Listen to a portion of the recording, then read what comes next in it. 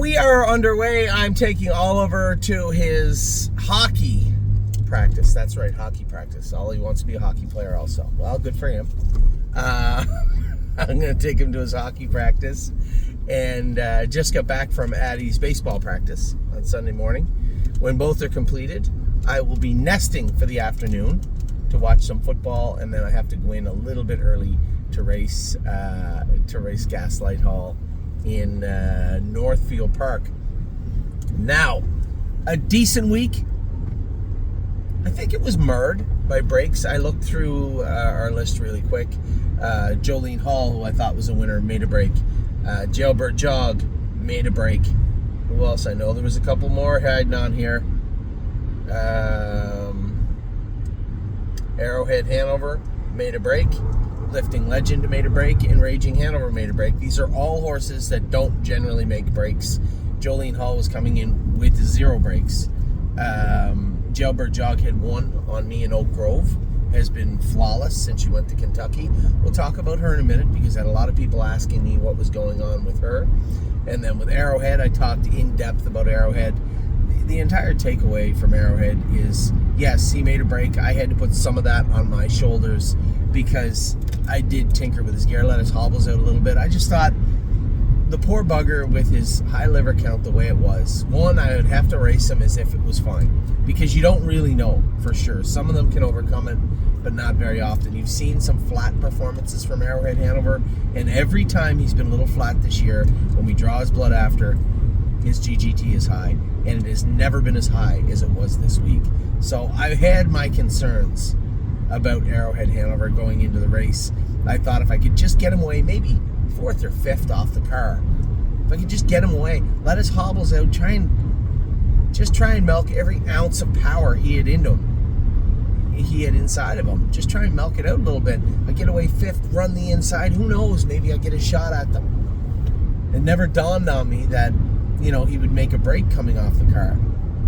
He would spot them a pile of lengths. He would have to come back trotting, and he would end up closing hard to be a fast closing 4th.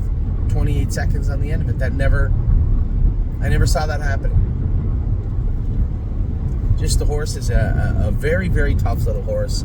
Listen, Arrowhead Hanover's never going to win many trophies, but he's going to win over the hearts of anybody that has anything to do with him. He's just a very likable horse that knows his job and does it well when he's given the opportunity. And he's just the type of horse that everybody would like to have. As Greg puts it, my partner, got a lot of bad luck with posts or sickness, or in this case, liver counts, breaks once in a while. Not very often, but once in a while. But man, he is a tenacious little bugger, and you really, really have to respect him. I can tell you that. So our week started, a number of people asking me about Zena Kemp. Anthony, there's only a small field on this week. Why wasn't she in to go? Because she's not a race car. We've also been working on her blood work, her liver, her AST. This time of year with the cold weather in the evenings, even in a place like Lexington, which is the sun compared to normal places, it's just so hot. At nighttime, it can get a little cool there, and I suspect that probably plays a little bit of a role with the mechanical side of the horses as far as the blood work goes. Her AST isn't high, but it's high normal. Her GGT isn't high, but it's high normal. Just stuff that Eric has to work on, and he asked me point blank, what do you think? He said, she doesn't have to race. She's got 4 or 5 weeks before Corbin. Just get her in to go when you feel like getting her in to go. They're going to rate the numbers of 1 there throughout the end of the meet. So just put her in when you feel she should be in. Now, Jolene Hall, very odd. You can see where she made the break. She hit her knee and made a break. So we're going to bring her back to Northfield, have her in a maiden on Monday night. I don't know. They got Emerald Tom picked to beat Jolene Hall, and I love Emerald Tom. Sweet horse, he trained great, but at no point in his life was he as good as Jolene Hall. It's just not true. And there's nothing wrong with that. I think they're both very capable animals. But one drew the 9 hole, which is down along the rail, going to follow the rail horse and the 2 horse out. And Emerald Tom drew the 7 hole, and he's not as good on a half-mile track. Now, the machine or whoever's doing the handicapping doesn't know that. I just think, I don't know what metrics they use to measure who would be the favorite or not, if it is a machine, which I think it is. But their metrics are flawed because Jolene Hall, all jokes aside, she's not supposed to be beating the maiden at Northfield Park, but anything can happen. Degas also was very, very good the other day. In fact, the shining point of our Monday was Degas. She raced great. She's in a maiden 6-1. I don't understand how they have her 6-1. Maybe it's an Elmer's or 2. I'm not sure. But love of God, the way she's been racing, there must be a lot of very, very talented horses that don't have a lifetime victory for her to be 6-1 morning line. Jailbird Jog, as they said, very rare break. Yes, a ton of people asking, Anthony, what happened? What are we going to do? How are we going to fix this? It's not a problem. It was a 1 + 1 = 2 situation. She made a break. Her AST was mildly elevated. GGT was good. Mildly elevated AST. And Dr. Roberts thought that her knees were a little bit tight. We had done them before she actually started racing. So it's just more of a maintenance type situation. They're going to revisit her again this week after she trains. But coming into a $400,000 final, I think the filly is squared away and ready to go. Tuesday, He's a Fearless Peter's break just cemented his trip into the sale for Monday, and for people looking for horses in the sale Monday, Patrick DePerona raced great. I suspect Gaslight Hall is going to race very, very good today. Resolve Indeed, I actually loaded her blood work onto the preferred site just to show everybody her last start. Probably her last two are very explainable. That GGT is 70, only eclipsed by Arrowhead Hanover's this week, and which is over just a hair less than twice as high as high normal.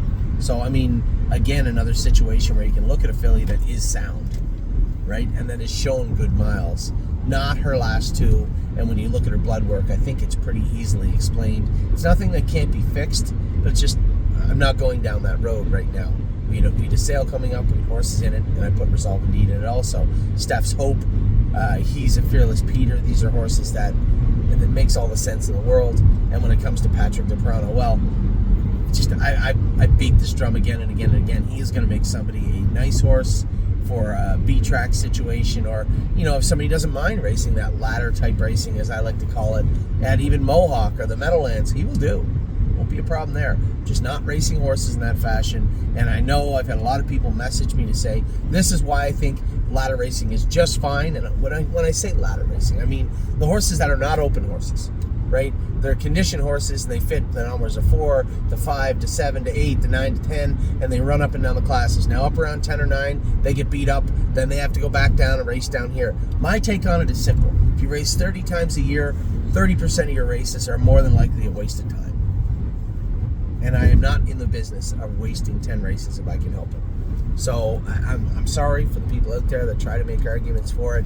I don't accept any of them. They're no different than the opposite of what I just said. You think it's fine to race 20% of your races, okay? Or 20 out of 30 races, so 60% of your races, okay? I do not. And that is where I stand on that type of racing, and I'm not coming off that position. I haven't heard one argument yet that would lead me to believe I should. I'll tell you, the star of Tuesday, though, was Diosa Della Donza. She feels good, and I want to believe that it's mostly allergies this summer. Remember, we had to put her on Lasix. Where does this say to go, Holly? Stay left. We had to put her on Lasix this summer because she bled a little bit. Now you have these cooler nights, and all of a sudden a different type of filly showed up. A different type of filly. A filly that felt like the one I felt in June. I have to believe that colder weather played a role, but I don't know. All I can tell you is, at no point on Tuesday evening, not before the races, not after the warm-up, not in the post-parade, not going behind the gate at the quarter pole or coming out of the last turn, was I anything less than absolutely 100% sure she was going to win on Tuesday night. And I know I said that kind of the other day, and people messaged me and said, Anthony, why wouldn't you let us know? This isn't really a gambling app, just so you know. I'm not here to give tips to people to gamble. I'm happy to answer, hey, how's the filly seem today? She feels great. Or I might make a video and say, Jesus, filly's in a good spot this week. I have no problem doing that. But I'm not Jimmy the Greek. I'm not going to bring picks to people for the week.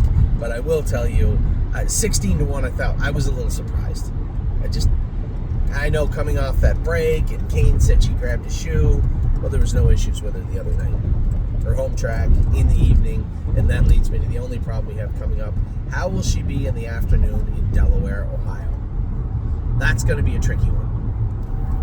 she brings her focus, she can pace with any of the Buckeye fillies. I'm certain of that. If she doesn't bring her focus, it could be a tricky afternoon in Delaware, Ohio, that's for sure. But as I said, just fantastic the other night. Jogged 55-3. I was just so proud of her. Winter Soldier raced me very, very good again. Man, that horse, what a pickup he was. The only question mark for me, and it wasn't an important one, but it certainly has turned into a helpful one. Can he get around a half? There was no information given out, or that was to be given out, on Winter Soldier to let you believe that he could get around a half. If anybody knew he could get around a half like that, we likely wouldn't have owned him. Somebody else would have, and he would be in Yonkers right now. But the horse was just tremendous the other day. Again, just beat by a good horse. And just so we're quantifying everything, you're not buying the horse for $90,000 that beat him. I can tell you that right now. I was really, really happy with Winter Soldier. Now, on Thursday, we only had Wednesday. Oh, we just had Looks Like Money on Wednesday. And I don't think they had it. Dune actually raced one of these days also. Might have been Tuesday. And Dune was a winner also on Tuesday. Ollie, it kicked off the maps. Will you put that on there? Just put Kent University, I don't know, hockey or something. It's 650, some stupid street name. Yeah, you'll figure it out.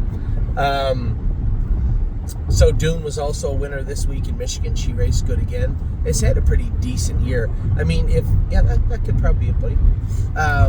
If our expectations weren't so high, and mine were too, not just yours. This isn't your problem.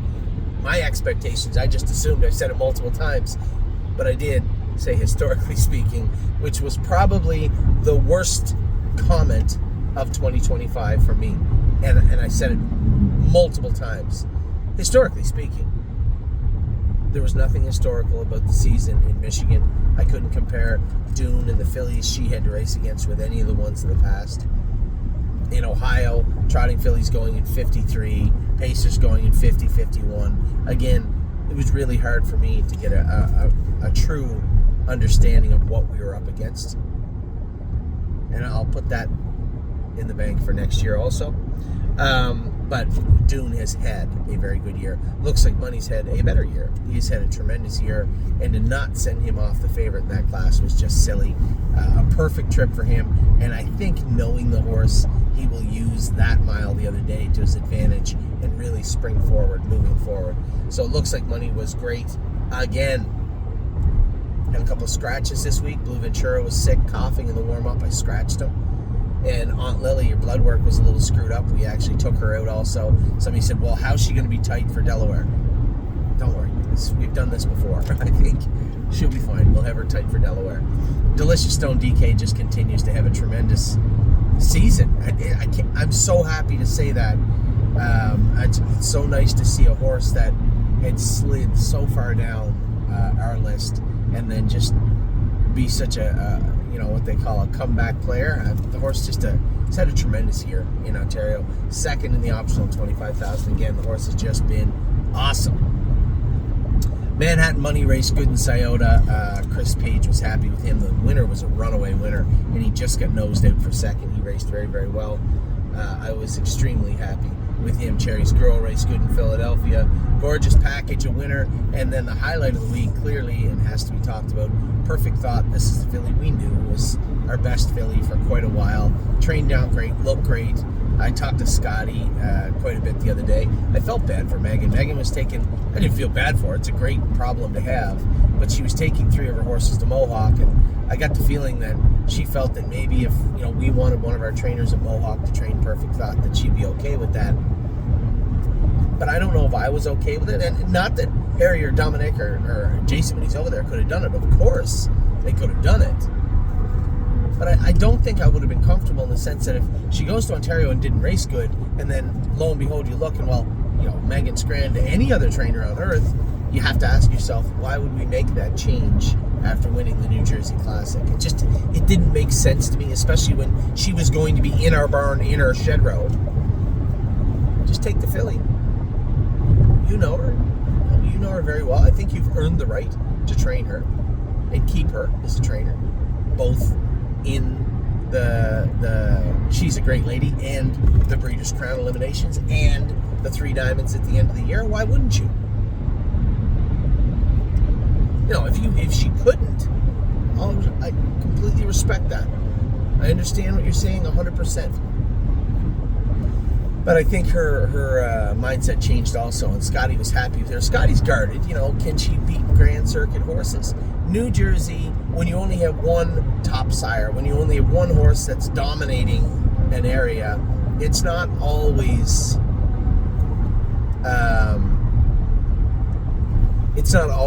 easy to compare that to the Grand Circuit level. There's good horses in Ontario. There's good horses in Kentucky right now. There's good horses in New York, Ohio. Everywhere has good horses. Indiana, I'm sure. So you take them all together. Pennsylvania. What's that, buddy? It looks like one, doesn't it? Could have been one. You might be right. This is a highway. They'd be coming from somewhere. And obviously Pennsylvania too, as I said. But when you put them all together, can she go with them? I think my answer is yes. As I said to Megan and Scotty, I said it in a video the other day, I think stacking her starts, now she's ready for that. You know, 3-star, that was her 3rd week in a row racing at the Meadowlands. Now you go 4 and 5. Now you're getting a little deep, but that's what she's going to have to race her next 2 weeks. But when you look at stacking her starts, I think she gets stronger, right? She's got a bigger frame. She's not a giant filly, but she's a big filly. And I think putting that racing muscle on and screwing her down tight this time of year, the situation is, the situation is what it is, that I think she's ready for it. She's strong enough for it, and I think she's going to succeed because of it. So I don't know about the 4th start and the 5th start, but definitely I was not surprised to see her so powerful in the 3rd start. She's going to ship out to Ontario on the Tuesday. If she gets a training mile, and it'll be a slow training mile, lots of jogging, I'm sure. And again, I certainly shouldn't be commenting for Megan, however she's going to train her, but I suspect she'll let go at the very most, just a blowout mile, middle of the week or something, Thursday or something for Saturday's races, but that will be up to her. But the filly was just tremendous. It has been tremendous, and I truly believe she can pace with any filly out there. She doesn't wear a boot. She doesn't wear a pole. You know, she accelerates quickly. She carries her speed. She's as good as anybody around, and I think she'll be as good as she has to be for the remainder of the year. So great job by her. A great job by Megan, a great job by Scott. Now, we went into Saturday. I talked in depth. I don't have to talk a whole lot about Saturday. We had Arrowhead. You couldn't be more proud of the way the horse raced. I was a little mad at myself for letting the hobbles out, but it came from a good place the other day. I just thought that if everything went right, I had to drive him smart. He had to race good. Everything had to be there for him to use every ounce of his ability, and then we'd see how it shook out. You know, and that was through the microscope and through the filter, I guess, of knowing his blood work was not good. So I was just thoroughly pleased with the way the horse raced. I think we're getting a little excited here in Kent. And again, everybody else I thought raced well for Saturday. We had some breaks, and then the mile from Time is on my side. Just what a nice horse. Just a very, very, very nice horse. Just so proud of the way he's raced and been for us. He's got the Dayton Derby, but I guess I'm concerned also. He didn't have enough lifetime earnings at whatever he's got, $300,000 or $400,000, was not enough to get him into the Ewart. It may not be enough to get him into the Dayton Derby, but if it's not, I'm sure they'll have a pretty good open on that day, the same as they did at Scioto. If I'm not, I would hope they would, for horses that did not get in. And then he's got the Breeders' Crown also at the end of the year. Just it's been a good year. You know, I had a great conversation with a number of our clients this week, and one in particular was Randy. And I said, you know, I feel like we underachieved. I don't want to use the word grossly or highly underachieved this year. We did not reach the expectations we had. That might be partially because I had really high expectations, but when I put together the list of horses that I thought were quality horses that either won stake races, raced in stake races, or looked like they were going to be good, useful horses for us over the next year or two, you know, what I found was probably half of the horses fit into that now schedule that had either won stake races, been effective in stake races, been competitive in stake races, and looked like they were going to be good overnight horses. I think probably a quarter of them we turned out, with thoughts that they would come back and be fairly effective horses. They showed enough talent to warrant being turned out, or they were just too big and growthy and immature. A horse like Neuromancer never got a chance to show anything this year. And then, quite frankly, if I'm being completely honest, 20 to 25% of our 2-year-old crop were just not good enough, right? They just weren't quite there. And 2 or 3 of them have been sold.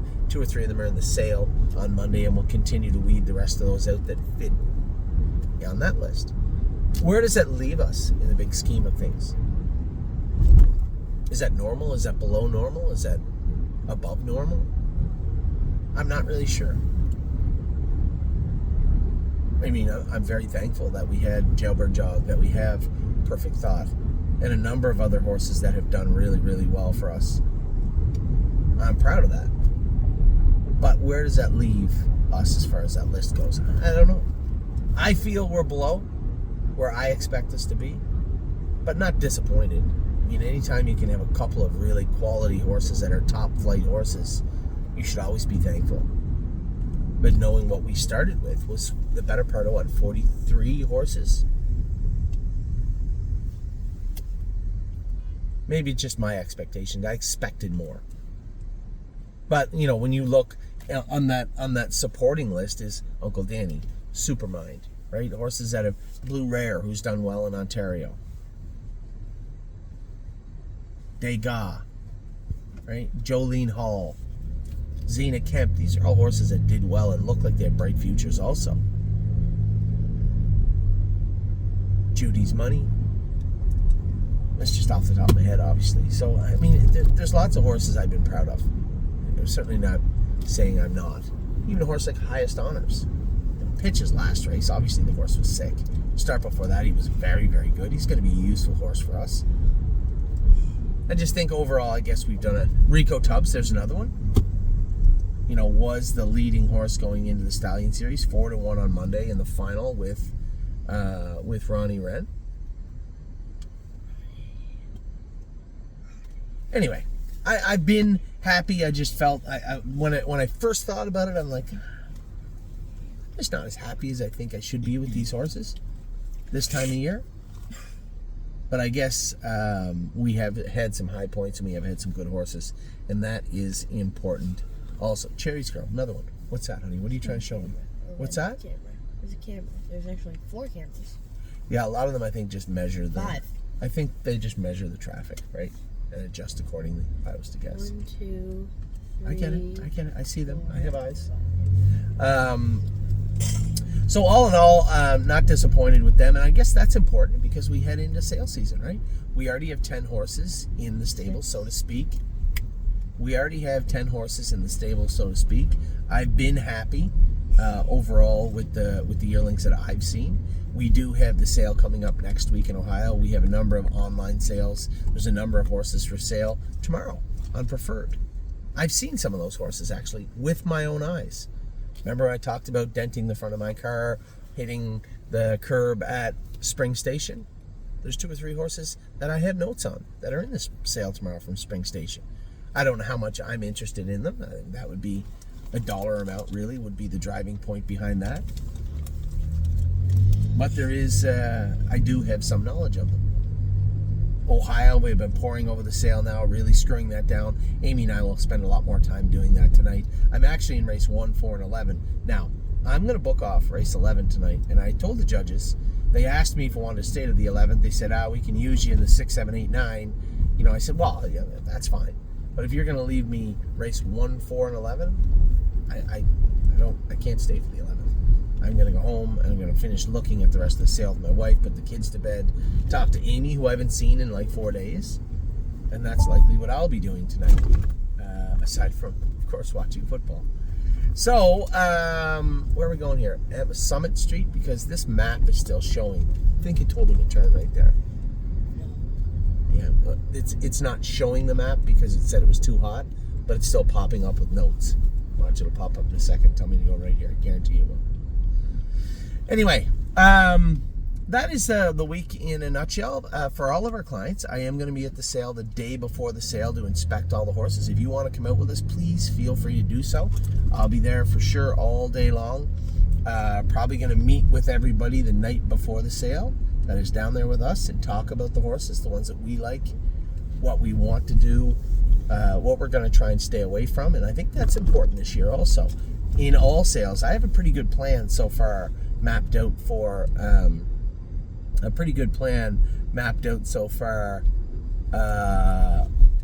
these are all kids' car washes, right? Car washes. Yeah. Mapped out for Lexington in particular. I think I got a great plan actually, and I'll share that with you later on in the fall. But for right now, I'm going to focus on Ohio. It's coming up this week. See, Summit Street it says, and this says, oh no, it says same thing, Summit Street. So for now, I'm going to let you guys go. I'm going to get Ollie off to hockey. I'm going to finish doing my videos for you and close out the rest of the day. It's been a good week. As I said, a little disappointed we had left some money on the table with breaks and just mistakes, I guess, in general. But I don't think any of those breaks were issues that can't be resolved in under a week. So we'll see all those horses that made breaks back next week. We'll see all the horses that did good, all the horses that maybe didn't, except for a couple that are in the sale tomorrow. But all in all, things are rolling along still pretty good here in the fall. Really excited and interesting to race Allure and JK Mega this week. JK Mega was great his first start. He trained very, very good this week. And Allure also trained good. Now some mucus, a few little spots of blood still found when we scoped her, but Dr. Tessa figures he has that under control. So we'll see how all of this plays out in the coming days of next week. But on tap, what we have to look into, look closely at, and execute as well as we can is the Ohio Select Sale coming up next weekend. Take care, everybody. If you have any questions or anything, drop me a line. You know my number. It is 234-246-8092, or you can still call or text my Canadian number. I just won't look at it as much, but I will get back to you. You can always email me or reach out to me on social media. I'll be around all week. Have a wonderful rest of your weekend.